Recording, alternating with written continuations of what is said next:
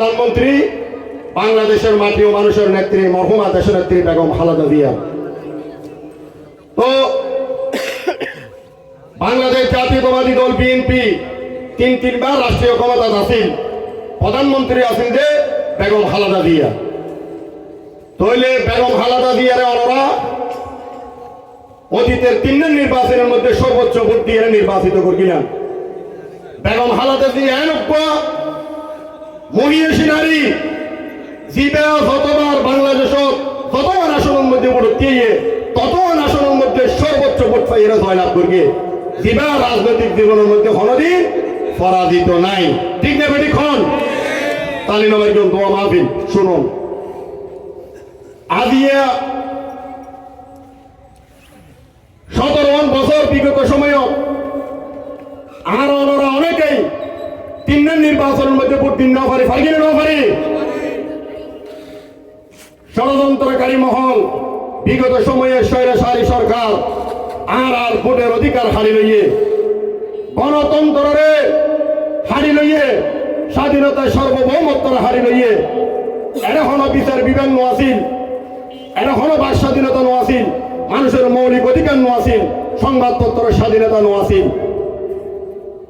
BNP 17 বছর জনগণের ভোটের অধিকার আদায় বলি সংগ্রাম করিয়ে, গণতন্ত্র ফেরত আনিবিল্লা বলে সংগ্রাম করিয়ে, জনগণের অধিকার আদায় প্রতিষ্ঠা বলি বিএনপি এবং খালেদা জিয়া তারেক জিয়ার নেতৃত্বে আর 17 বছর আন্দোলন সংগ্রাম করিয়ে বাজেক্ষণ এর বিভিন্ন আন্দোলন সংগ্রামের মধ্যে অনারা যারা সাধারণ নাগরিক আছেন, সাধারণ জনগণ আছেন, অনারাই ভোট প্যানেল মধ্যে অংশগ্রহণ করবেন বাজেক্ষণ।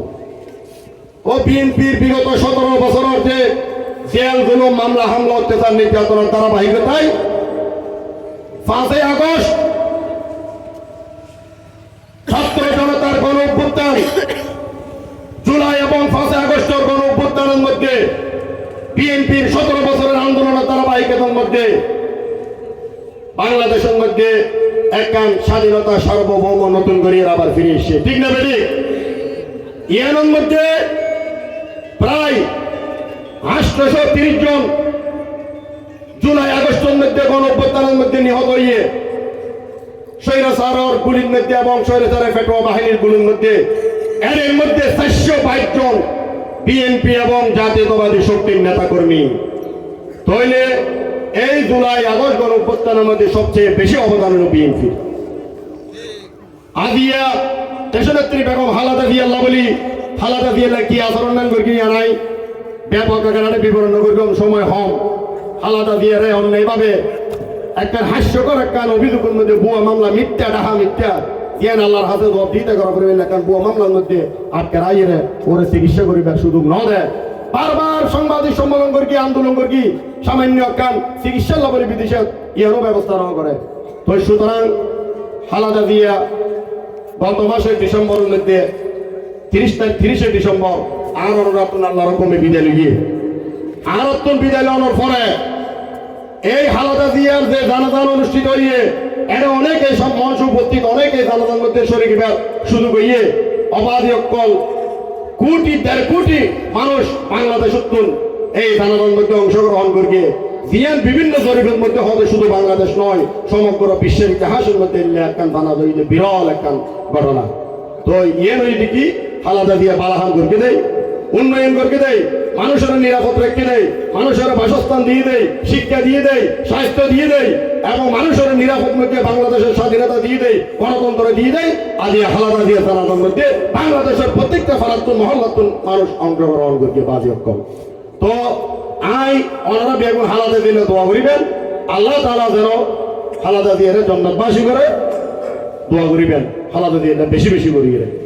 এখন খালেদা জিয়া জীবন্ত অবস্থার মধ্যে বাংলাদেশ এই দেশের মধ্যে অন্তর্বর্তীকালীন সরকারের আন্ডারে নির্বাচনের তফসিল ঘোষণা হয়নি।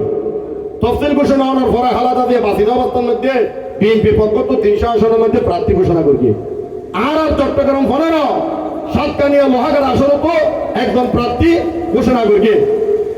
তো সৌভাগ্যক্রমে আল্লাহর রহমতে আল্লাহর মেহরবানিতে এই প্রার্থীও এই মানুষের বাড়িয়ে রই দেখি আর হাতর বাম বসে যে হাল আছে হালর পাশে সুশ্রী গ্রামর নাজমুল মুস্তফা আমিন তইলে বিএনপির মতো উগ্র দলের প্রার্থী যদি নাজমুল মুস্তফা আমিন বাড়িয়ে রইতে আর পার্শ্ববর্তী গ্রামের মধ্যে তৈলে আর গর্বের বিষয়, গৌরবের বিষয়, অহংকারের বিষয়। আর আর আনুষ্ঠানিকভাবে পুরো কথা হইম 22 তারিখ উত্তর এখন আর